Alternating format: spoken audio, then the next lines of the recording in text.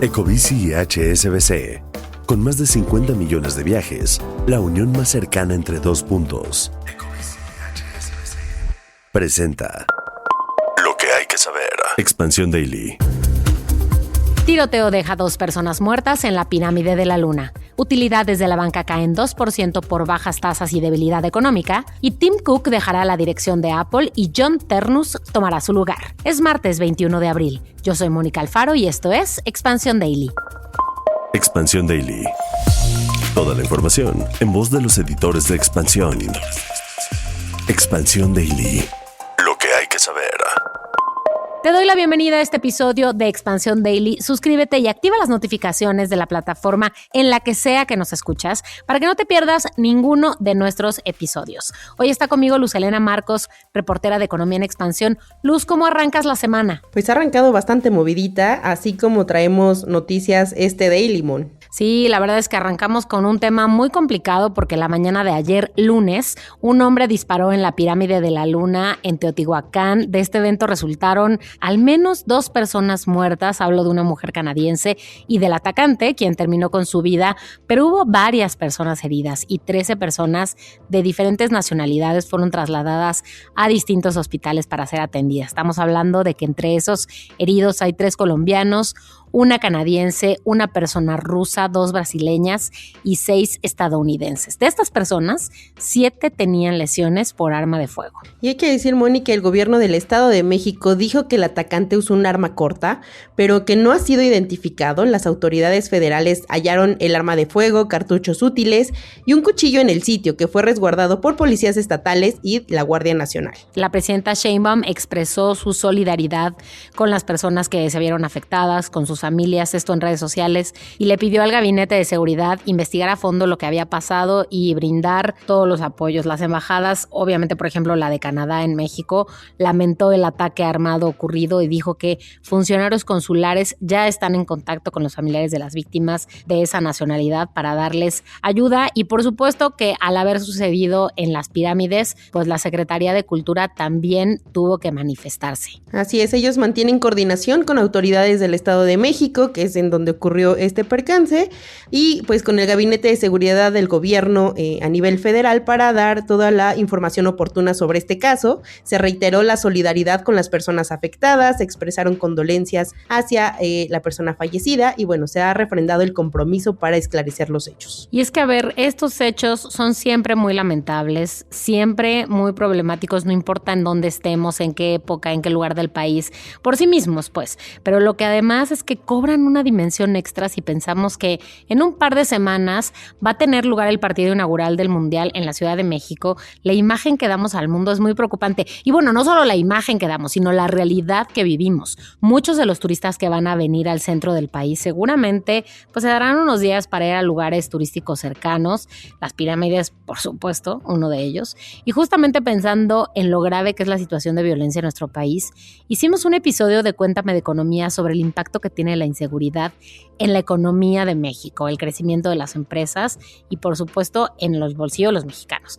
Les dejamos, como siempre, las ligas en la descripción de este episodio. Y Luz, hablando de repercusiones económicas, no hay plazo que no llegue, fecha que no se cumpla y ya estamos a nada del tema del tema del TEMEC, porque las primeras reuniones ya están teniendo lugar. Así es, se está hablando del sector automotriz y el acero, que son 2 de las principales preocupaciones, ¿no? Esto, pues ya como bien dices, se reunieron representantes de comerciales de Estados Unidos. De hecho, Jamieson Greer vino a México para esta segunda ronda de conversaciones y bueno, pues ya empezaron a hablar de cómo se están enfrentando los aranceles bajo la sección 232 que impuso el presidente Donald Trump el año pasado. Y bueno, es una medida que ha dejado huella en el flujo comercial, ya que las exportaciones mexicanas hacia Estados Unidos están perdiendo dinamismo. Ustedes saben que en esta Expansión Daily hablamos mucho de la industria automotriz y del acero, no solo porque nos gustan, sino porque mueven mucho dinero, y los datos de Banjico muestran que las exportaciones de productos de fundición, hierro y acero hacia Estados Unidos cayeron en 24% en 2025. Esto siempre comparado con el año anterior. Y los envíos de manufacturas de esos mismos productos descendieron 9%. Ya tenemos además algunas cifras de este año. El primer bimestre del 2026, las caídas alcanzan 54% en productos de acero y 16% en manufacturas, otra vez comparados con el mismo periodo del año anterior. Y cuando hablamos de las exportaciones de material de transporte, esto incluyendo vehículos ligeros y autopartes, cayeron en 7% en 2025 y 17% del primer bimestre de este año. La Casa Blanca ha justificado la medida para el acero y el aluminio con la sobrecapacidad global, en particular de China, que presiona a la industria estadounidense. Y en marzo del año pasado se fijó un arancel de 25% al acero y al aluminio, que subió a un 50% en junio. Además, se eliminaron exenciones y se amplió la cobertura a productos derivados. A la par, se endurecieron las reglas y se pusieron como requisito que el acero sea fundido y vertido en Estados Unidos. Recordarán que todo este tema de los aranceles fue un ir y venir, bueno, ha sido un ir y venir, y que 25% y 50%,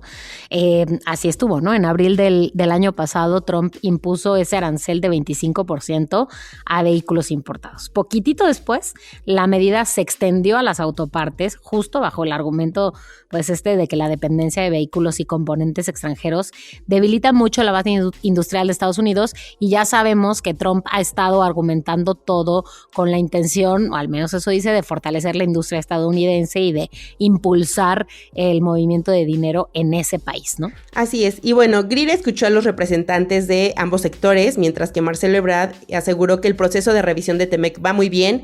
Se anticipó que las negociaciones formales con Estados Unidos van a iniciar la semana del 25 de mayo, tras escuchar las posturas de Washington en las reuniones. Y Luz, mientras eso sucede en territorios de comercio exterior, las utilidades de la banca caen 2% por bajas tasas y debilidad económica. Cuéntanos eso, porque tú eres la expertaza en este tema. Así es, Mon. Pues en algunos años previos o meses anteriores habíamos hablado de cómo la banca había sido una de las grandes ganadoras por los aumentos en la tasa de interés. La banca había registrado utilidades récord por años, y bueno, esta tendencia ya se revirtió en el primer bimestre de este año. Y es que los datos de la Comisión Nacional Bancaria y de Valores nos dicen que los 52 bancos que actualmente operan en México tuvieron una utilidad cercana a los 49,000 millones de pesos. Esto es 2% menos que el año pasado, y bueno, se trata de la primera vez que la banca pues contrae sus utilidades para un primer bimestre en 5 años. O sea, no pasaba esto desde 2021, cuando los bancos registraron caída de su utilidad en 20%. Pero, o sea, lo que me estás diciendo es que lo que en este bimestre cayó 2%, en 2021 cayó 20%, Luz. Así es. Mientras en otros años habían tenido crecimientos, digamos que, acuérdate que después de la pandemia también hubo por ahí pues mucha incertidumbre, mucha inquietud, y entonces las utilidades de la banca habían caído. Y ya después se fueron recuperando conforme también Banco de México subió la tasa. Y bueno, y aquí hay que decirlo bien, Mon, porque Banco de México ha reducido la tasa de interés desde 2024. Y tan solo el año pasado, 2025, la tasa estaba en 9%. Ahora, en marzo de este año, la tasa de interés está en 6.75.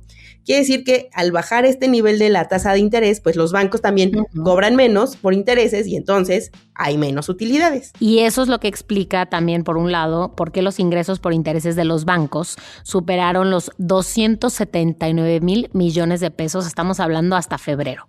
Pero si los comparamos con los ingresos de hasta el mismo momento del 2025, estos fueron un poco más de 305,000 millones de pesos. O sea, 279,000 este año versus los 305,000 del 2025. Así es, y digamos que el top de los bancos con el mayor monto de ingresos por intereses son Banorte, BBVA, Santander, Banamex y Banco Azteca. Y hay que decir que hasta febrero los bancos de importancia sistémica pues también fueron pues afectados, y estamos hablando de BBVA, Inbursa y Citi, que son los que también registraron pérdidas en sus utilidades. Luz, ¿qué significa los bancos de importancia sistémica? ¿Por qué esos bancos son llamados así? México tiene 8 bancos de importancia sistémica, y esos son catalogados por la autoridad como aquellos bancos donde si quiebran o hay algún problema, o sea, corren el riesgo, o el país corre el riesgo de enfrentar una verdadera crisis. Son los bancos a los que la autoridad le pone mucho ojo, para que pues no tenga problemas ahí de solvencia y que todo vaya bien, porque si no, pues ya hemos visto algunas crisis. No queremos una de esas, y por eso es que a ellos se les determina como importancia sistémica. Ok, y bueno, además hay otra razón que está detrás de esta caída en las utilidades, y es que generalmente el primer trimestre de cada año refleja menor dinamismo para el sector financiero, ¿cierto? Además de que la debilidad de la economía pues sí afecta la demanda de los créditos. Así es, y al haber menos créditos, pues la gente pues pide menos créditos y entonces los bancos cobran menos intereses. Y hay que decir que es bien importante porque el área de estudios económicos de Banamex estima que en este primer trimestre del año la economía caerá 1.3% y que, bueno, ya hacia adelante se irá recuperando, pero bueno, vamos a tener un inicio de año bastante complicado. Luz, y pasemos a un anuncio histórico de nuestros tiempos, y es que Apple anunció un cambio en su liderazgo muy importante. Tim Cook va a dejar de ser el CEO a partir del 1 de septiembre de 2026 y en su lugar se va a quedar John Ternus, quien es el actual director de hardware. Él va a ser el nuevo líder. Entonces, esta decisión fue aprobada por unanimidad por el Consejo de Administración después de un largo proceso de sucesión. Se ha planificado durante un rato. No fue el único que fue considerado. Jeff Williams, que es el COO, director de operaciones desde 2015, también fue considerado durante algunos años como el que iba a ser naturalmente el sucesor de Tim Cook, pero anunció su retiro después de casi 3 décadas en la compañía y bueno, te imaginarás que una salida así pues deja un vacío rudo. Así es, sobre todo porque digamos que la empresa está en un momento bien interesante porque se está convirtiendo en una de las grandes líderes por valuación, pero también está enfrentando presiones externas por la falta de innovación, por una creciente incertidumbre geopolítica desde el año pasado. Y bueno, ya digamos que este nombre de Ternus estaba explorando o perfilando desde hace algunos meses. Y bueno, él es un veterano de la empresa, uno de los perfiles más técnicos de la primera línea directiva. Hasta ahora se desempeñaba como vicepresidente senior de ingeniería de hardware, un cargo que supervisa, digamos que los equipos detrás del iPhone, del iPad, la Mac, el Apple Watch, los AirPods, el Apple Vision Pro.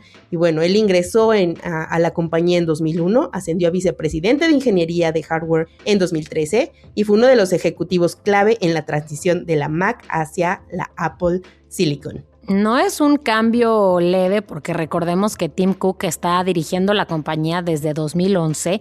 Lo que sí es que va a mantenerse como un rol clave para dar continuidad a esta transición y como parte de la reorganización, Johnny Shruji va a ampliar sus responsabilidades al frente del área de hardware. Los movimientos en estos liderazgos que viven las empresas de tecnología son inusuales. En la mayoría de las empresas más grandes, muchos de los presidentes ejecutivos son quienes en su momento los fundaron, o en otros casos como por ejemplo el de Bill Gates en Microsoft, pues se mantienen dentro de las voces más influyentes de los boards de las empresas. Con este cambio, Tim Cook a sus 65 años va a marcar un antes y un después en la empresa y por supuesto pues en lo que suceda y en los dispositivos que generan. ¿Y se acuerdan de que hace unos días vimos en todos lados un letrero de transporte público que decía Light Train, gracias a una mala traducción de tren ligero? Bueno, pues esto nos da pie al cierre de hoy. Aunque a veces parezca, no todo está perdido. Expansión Daily. Y es que, a ver, Luz, el inglés que tenemos en México, seamos honestas, no siempre es el mejor. Se ve en todos lados, espacios públicos, anuncios, letreros pensados para extranjeros, como el que decía yo hace un momento. Pero nuestra colega Nancy Malacara nos cuenta cómo es que esto puede hacernos atractivos. Yo sé que siempre cerramos con un no todo está perdido y que esto está sonando raro, cómo esto va a terminar siendo una buena noticia, pero vamos a ver. Pues es que de acuerdo con el índice Education First a nivel global, Países Bajos, Croacia, Austria, Alemania y Noruega están liderando el listado de ser, digamos, los países con el mejor puntaje en dominio de inglés. Mientras que en América Latina, Argentina está en el lugar 26 del ranking global, seguida de Uruguay en el 34, Chile, Costa Rica, Venezuela y Perú están a la mitad de la tabla, pero México se quedó hasta el sitio 103, es decir, el último lugar a nivel regional. Todavía no está claro cómo esto se convierte en un no todo está perdido, pero van a ver. Lo que sucede con este índice es que nos pone en la banda baja del dominio del idioma.